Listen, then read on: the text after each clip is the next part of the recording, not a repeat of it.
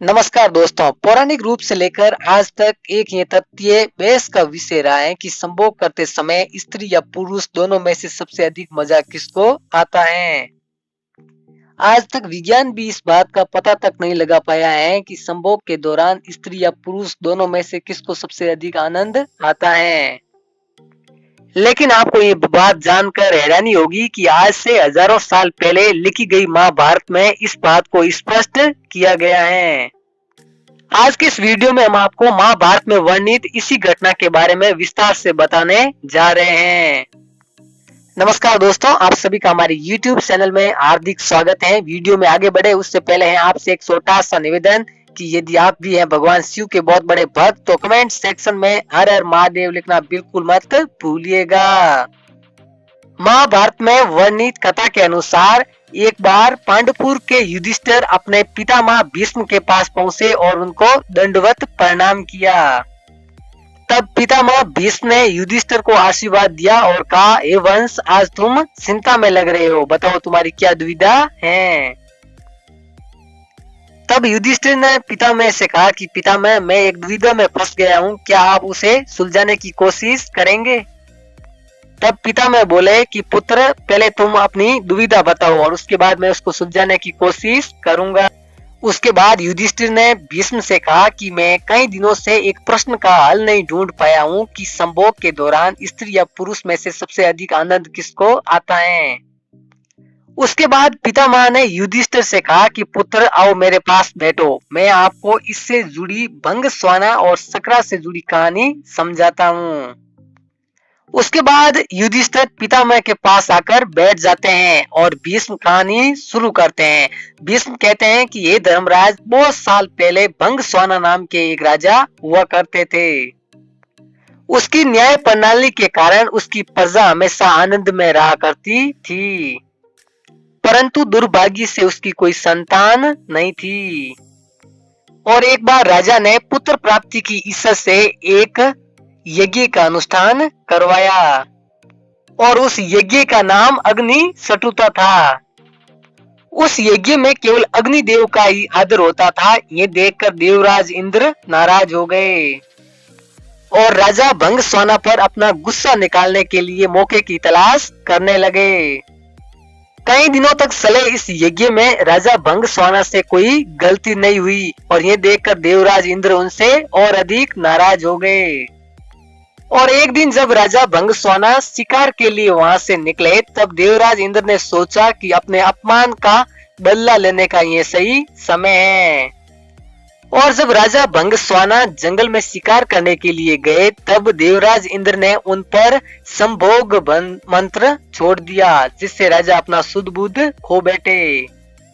अपना शुद्ध बुद्ध खो देने के कारण राजा भंग स्वाना को न तो कोई दिशा की ज्ञात थी और न ही वो अपने सैनिकों को पहचान पा रहे थे। इस तरह राजा भंग स्वाना कुछ समय में ही अपने सैनिकों से बहुत अधिक दूर चले गए थे और अब राजा को प्यास भी लग रही थी। और फिर राजा को एक छोटी सी नदी दिखी जो कि बहुत ही प्यारी लग रही थी और फिर राजा उस नदी की ओर बढ़ने लगे। उन्होंने सबसे पहले अपने घोड़े को पानी पिलाया और उसके बाद स्वयं की प्यास बुझाने के लिए नदी में प्रवेश किया। लेकिन जैसे ही राजा ने नदी में प्रवेश किया, तब उनका शरीर का रंग चेंज होने लग गया और देखते ही देखते राजा भंग स्वाना एक स्त्री के रूप में बदल गए। और उसके बाद राजा भंग स्वाना को अपने आप पर शर्म होने लगी और वो जोर जोर से रोने लगे। राजा को एक बात बिल्कुल भी समझ नहीं आ रही थी कि आखिर उनके किस कर्म के कारण उनको ये सजा मिल रही है। और उसके बाद राजा भंग स्वाना ने मन ही मन ईश्वर को याद करना शुरू कर दिया और उन्होंने कहा, हे प्रभु, आपने ये कैसा अनर्थ कर दिया, मैं इस रूप को लेकर कैसे अपनी प्रजा के पास जाऊंगा। राजा भंग स्वाना ने ईश्वर से प्रार्थना करते हुए कहा है कि अभी कुछ दिन पहले मैंने अग्निशटुता यज्ञ से 100 पुत्रों की प्राप्ति की है और अब मैं उनसे क्या कहूंगा, और इसके साथ ही मेरी पत्नी भी महल में इंतजार कर रही होगी। राजा भंग स्वाना ने ईश्वर से विनती करते हुए कहा कि ये ईश्वर, आपने मेरे राजपाट के साथ मेरा पौरुष भी खो दिया। काफी देर तक ईश्वर से विलाप करने के बाद वो राजा भंग स्वाना अपने महल की ओर धीरे धीरे बढ़ने लगा। उधर राजा भंगस्वाना ने जब स्त्री रूप में अपने साम्राज्य में प्रवेश किया तो उन्हें देखकर उनकी प्रजा हैरान रह गई। और उसके बाद राजा ने अपने महल पर पहुंचकर अपने सभी सभासदों की एक सभा बुलाई। उसके बाद राजा ने अपने सभी पुत्रों और मंत्रियों से कहा कि अब मैं राजपाट चलाने के लिए लायक नहीं रहा हूँ, इसीलिए आपको अपनी प्रजा का ध्यान रखना होगा। और उसके बाद राजा भंगस्वाना अपनी पत्नी के पास पहुंचे और उनसे कहा कि मैं अपने बाकी का जीवन वन में बिताऊंगा, और वहां से चले गए। वन में जाकर वह स्त्री रूपी राजा एक तपस्वी के कुटिया में रहने लगे। और फिर कुछ साल बाद उन्होंने तपस्वी की कई पुत्रों को जन्म दिया। और जब वो बड़े हुए तब राजा भंगस्वाना उनको लेकर अपने पहले वाले महल में चले गए। अपने महल में जाने के बाद राजा भंगस्वाना ने अपने पुराने पुत्रों से कहा कि जैसे ही तुम मेरे पुत्र हो वैसे ही मेरे बेटे हैं। और उसके बाद राजा भंगस्वाना के सभी पुत्र एक साथ रहने लगे। और उधर देवराज इंद्र ने जब ये देखा कि राजा भंगस्वाना इतना अधिक अपमानित होने के बाद भी सुखपूर्व रह रहा है तो ये देखकर उनका गुस्सा और अधिक हो गया। और उसके बाद देवराज इंद्र के मन में प्रतिशोध की भावना उबलने लगी और वे सोचने लगे कि मैंने इस राजा को पुरुष से स्त्री बनाकर कोई गलती तो नहीं की है। उसके बाद देवराज इंद्र ने एक ब्राह्मण का रूप धारण किया और राजा भंगस्वाना के महल में पहुंच गए। राजमहल पहुंचने के बाद देवराज इंद्र ने भाइयों के बीच फूट डालने के लिए उनके कान भरने शुरू कर दिए। कुछ दिनों के बाद देवराज इंद्र की ये योजना सफल हो गई और राजा भंगस्वाना के सभी पुत्र आपस में लड़ने लगे। और देखते ही देखते सभी ने एक दूसरे को मार दिया। लेकिन जब इस बात की खबर राजा भंगस्वाना को लगी तो बहुत अधिक गुस्सा हो गए। और पुत्रों के वियोग में राजा जोर जोर से रोने लगे। और तभी ब्राह्मण के वेश में देवराज इंद्र उनके पास आ गए।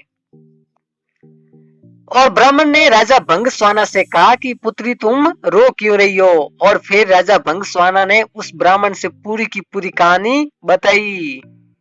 और उसके बाद देवराज इंद्र ने राजा भंगस्वाना के सामने ही अपने असली रूप को प्रकट किया और कहा, हे राजन, तुमने अग्नि कुंड में केवल अग्निदेव की पूजा की और मेरा अपमान किया, इसीलिए जो भी तुम्हारे साथ हो रहा है ये मेरी वजह से ही हो रहा है। देवराज इंद्र की मुख से ये बातें सुनकर राजा भंगस्वाना ने जल्दी से इंद्र के पैर पकड़ लिए और उनसे माफी मांगी और उनसे कहा कि भूलवश मुझसे ये गलती हो गई है। राजा की ये बातें सुनकर इंद्र को उन पर दया आ गई। उसके बाद राजा इंद्र ने राजा भंगस्वाना को वरदान देते हुए कहा कि तुम इन बेटों में से एक पुत्र को जीवित देख सकते हो। और फिर राजा भंगस्वाना ने कहा कि हे इंद्र, आप ऐसे कीजिए कि मैंने स्त्री रूपी रूप में जो बेटों को जन्म दिया है उनमें से एक को जीवित कर लीजिए। ये सुनकर राजा इंद्र हैरान हो गए और फिर राजा भंगस्वाना से इसका कारण पूछा। तब राजा भंगस्वाना ने इंद्र से कहा कि इंद्र, स्त्री का प्रेम पुरुष के प्रेम से बहुत अधिक होता है, इसलिए मैं अपने कोख से जन्मे पुत्र का जीवन दान मांगती हूँ। राजा भंगस्वाना की ये बातें सुनकर इंद्र बहुत अधिक खुश हो गए और उन्होंने राजा भंगस्वाना के सभी पुत्रों को जीवित कर दिया। और उसके बाद राजा इंद्र ने स्त्री रूपी राजा भंगस्वाना को पुरुष रूप में परिवर्तित होने का वरदान दिया। लेकिन स्त्री रूपी राजा भंगस्वाना ने इंद्र से कहा कि ये इंद्र, मैं स्त्री रूप में ही खुश हूँ और अपने जीवन के अंत तक स्त्री रूप में ही रहना चाहती हूँ। ये सुनकर राजा इंद्र ने भंगस्वाना से कहा कि तुम पुरुष बनकर अपना राजपाट नहीं संभालना चाहते। तब राजा भंगस्वाना ने राजा इंद्र से कहा कि बिल्कुल भी नहीं, क्योंकि संभोग के दौरान पुरुष से भी अधिक आनंद स्त्री को मिलता है, इसलिए मैं एक स्त्री रहना चाहती हूँ। और ये सुनकर राजा इंद्र ने उन्हें तथास्तु कहा और वहां से अंतर्ध्यान हो गए। इस तरह कथा समाप्त होने के बाद पितामह भीष्म ने युधिष्ठिर से कहा कि ये पुत्र, अब तो तुम्हें समझ में आ गया होगा कि संभोग के दौरान स्त्री को पुरुष से अधिक सुख व आनंद की प्राप्ति होती है। तो दोस्तों ये आज की हमारी सच्ची और चमत्कारिक घटना। पसंद आई तो लाइक कीजिए, दोस्तों के साथ शेयर कीजिए और हाँ, चैनल पर नए तो सब्सक्राइब और बेल आइकन को प्रेस करना बनता है।